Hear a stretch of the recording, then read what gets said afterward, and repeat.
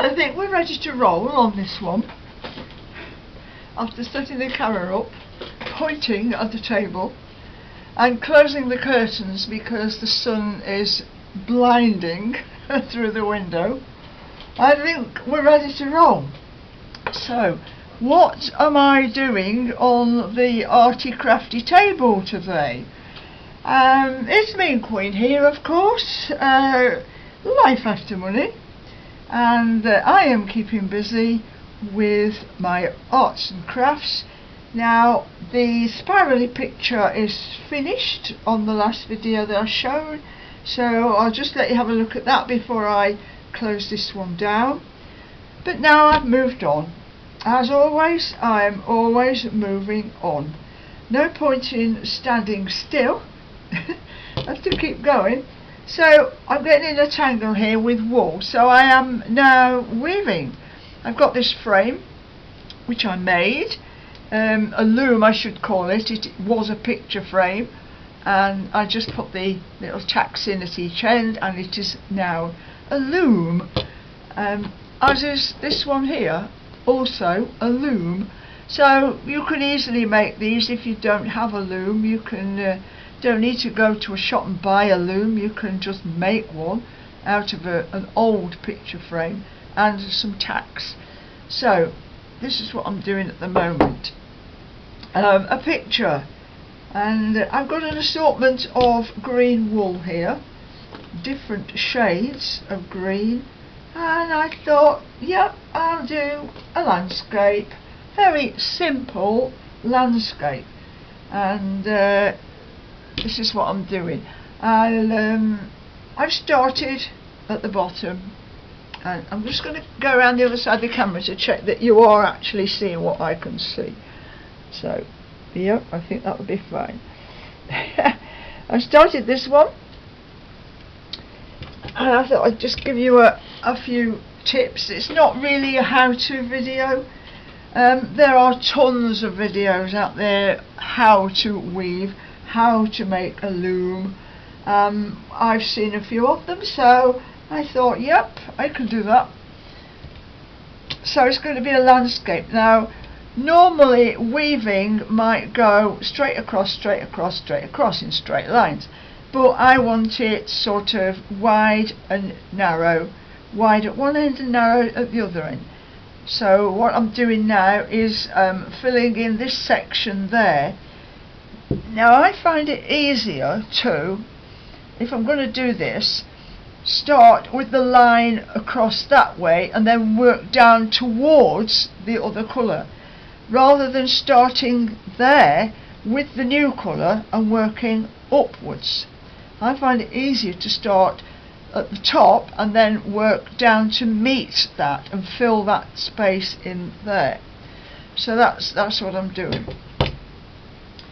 A blunt large needle threaded with a length of wool, so just a few, show you. Oh dear, I can't get my words out this morning. Is it morning? No, it's gone 12 o'clock, so it's afternoon. So looking at the last row I did, it's under, over, of course, so off we go. Do a little bit to show you what I'm doing. Pull it through,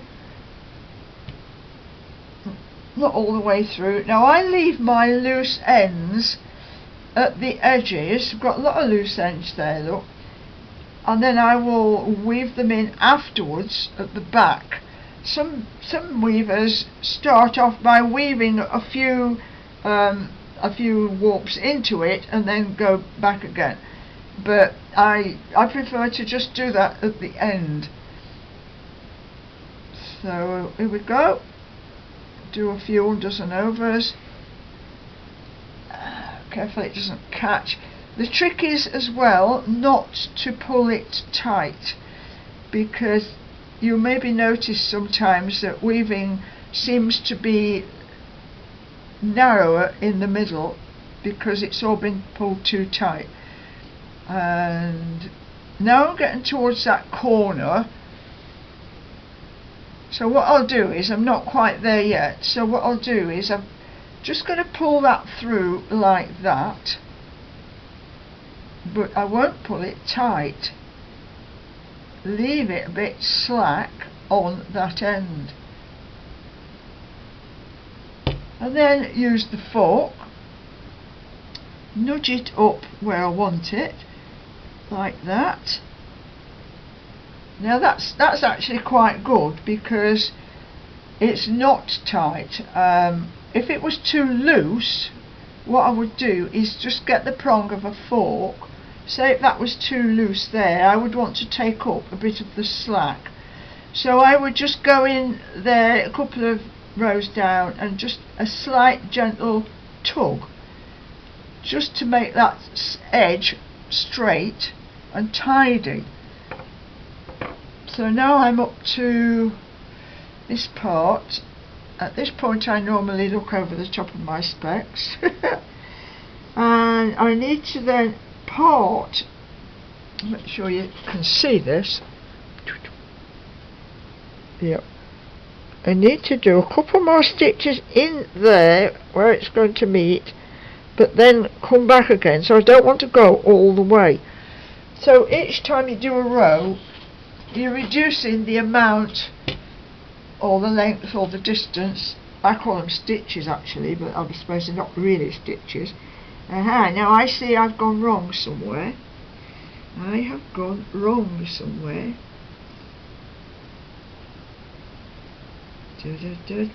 Check. Yeah, because I've gone underneath too. It's very easy when you're not concentrating. So what I need to do is backtrack there. I've gone, pull that back through there because that's not right. Go back up there because that's not right.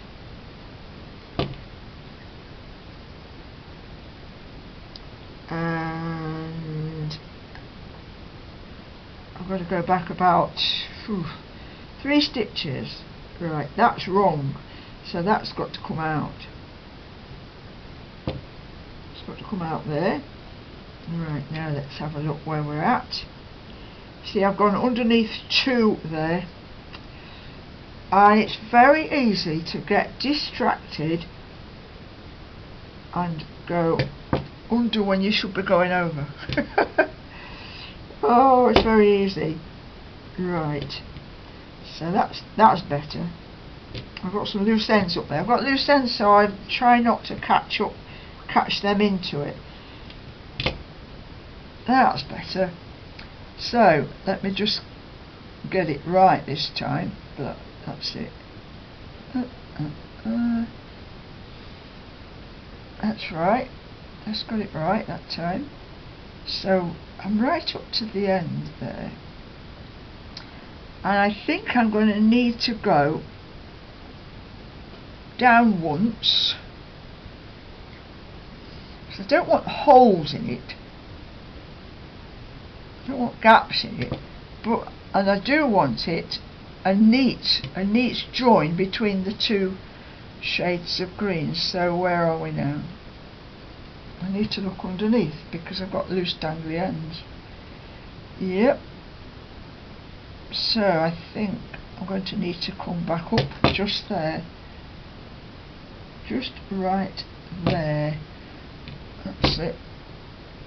To get going on the next row.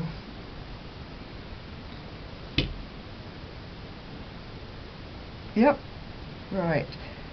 I find that the wool twists itself around, so what I do is I lift up a bit and hold it up and it untwists, and it does twist when you move across the lines backwards and forwards. Right, yeah, so that's got it right there.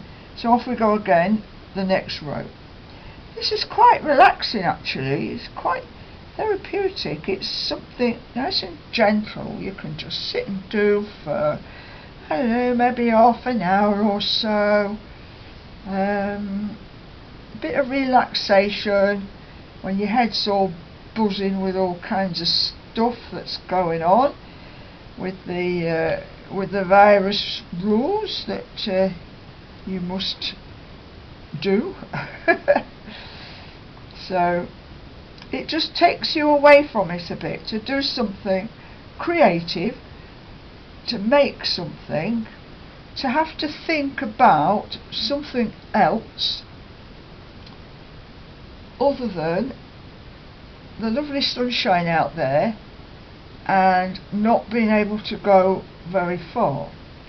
So I'm going to sit here for, I don't know, half an hour maybe, and then I'll maybe get a spot of lunch, and then now I'm going to pull that through gently, but I'm not going to want it to be too tight. So I'll get my fork again and then just pat it up like that. In fact, using a fork like this means that you can manipulate the wool really well. So I'm just going to give that a gentle tug there, because I've got a bit too much slack, a loop. I don't want a loop, so I'm just going to tug that a little bit to flatten it out. And there you are. I mean, with the fork, what you can do is squash it down more, move it about. I could, if I wanted to, bring that right down there and then carry on, but I won't. I'm going to fill that gap there. So, how have you been doing? Have you been finding things to do to keep yourself occupied? I think if you've got hobbies and you know you're willing to learn something new, or a new aspect of what you already do, it's good. It keeps your brain moving and keeps you occupied, and you know, and if you can create something, that's even better. You know, create anything. I mean, I watch YouTube videos a lot, and I watch Terry Miles, and he's been playing these public pianos in different places, but of course he can't now. So Terry's keeping busy in his home studios releasing, oops, where am I going with this? I'm talking so I'm not concentrating. He's releasing a video live stream every day at 5 o'clock, and it keeps him in practice with his piano playing. It gives him something to do, and it's actually quite good. I like his outlook on life. He's a fun chap. Terry Miles, you want to look for that. Yep. So, oh, I got a few YouTubers I follow. Let's have a look at you. Now, where am I here? Do I need to go to that next one? I think I might need to do a backtrack now and go back again. So we won't go any farther forward than that. And I'm going to start coming back again. So there you go. Anybody want to give this a go? If you want to make it simple for yourself, just do straight lines across.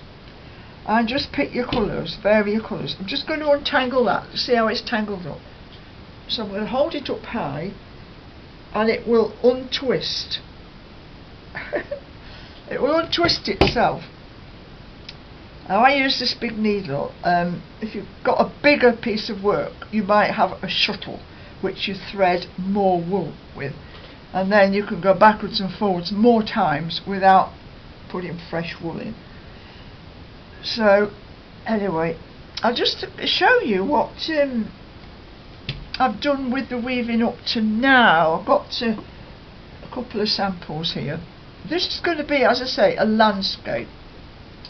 Now, I made this tree for another artworks, but it was too big, and now I'm making this landscape to put that tree on.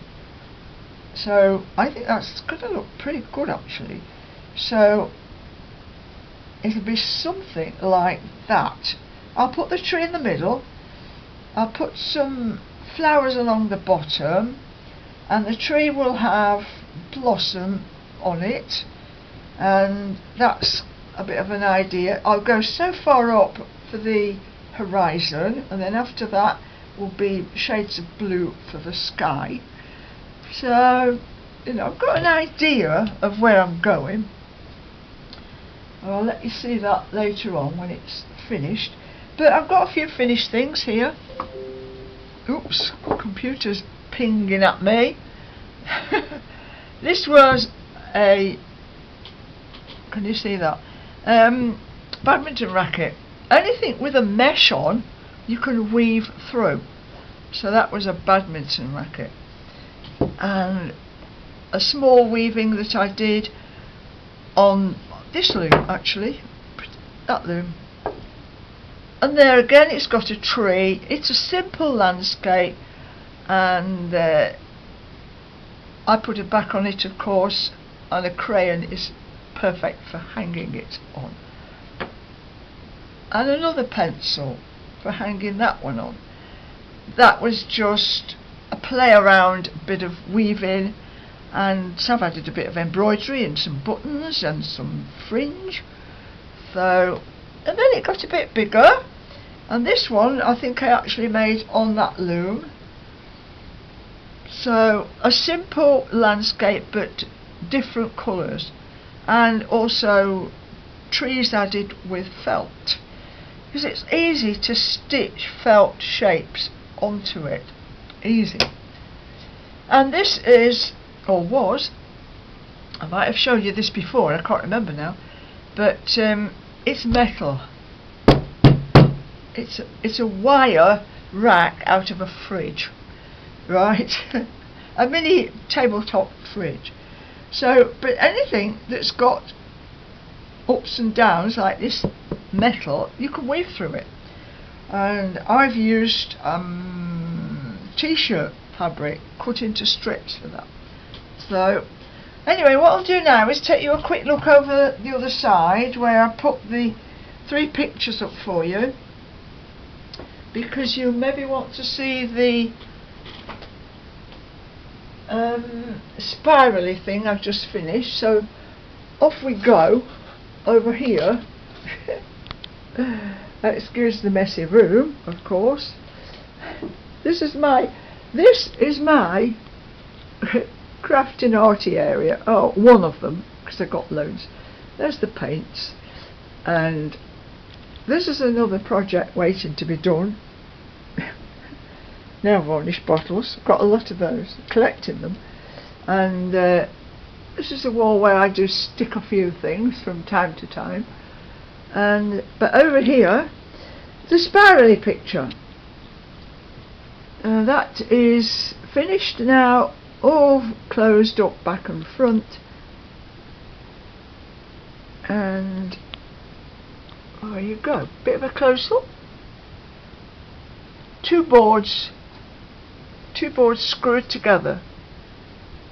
And I thought I would get these out as well, because I've used the same system on these. 2 boards screwed together. Might have seen these before, but that's quite a big one actually. This is all junk that I've collected, plastic junk, and I've stitched onto it, and well, it's just a pattern I've made up, you know, like most things I do, made up. And then of course there is the heart, the button heart, again 2 boards with a red border. Right, so it's Saturday, the sun is shining. I will go out into the garden. I don't think I'll be walking very far today, because generally lots of other people are walking at the weekend, and I would rather not bump into them. But anyway, this is me and Queen, life after money. You don't need to see me, I'll give you a wave like that. Bye! Catch you next time, thanks for watching.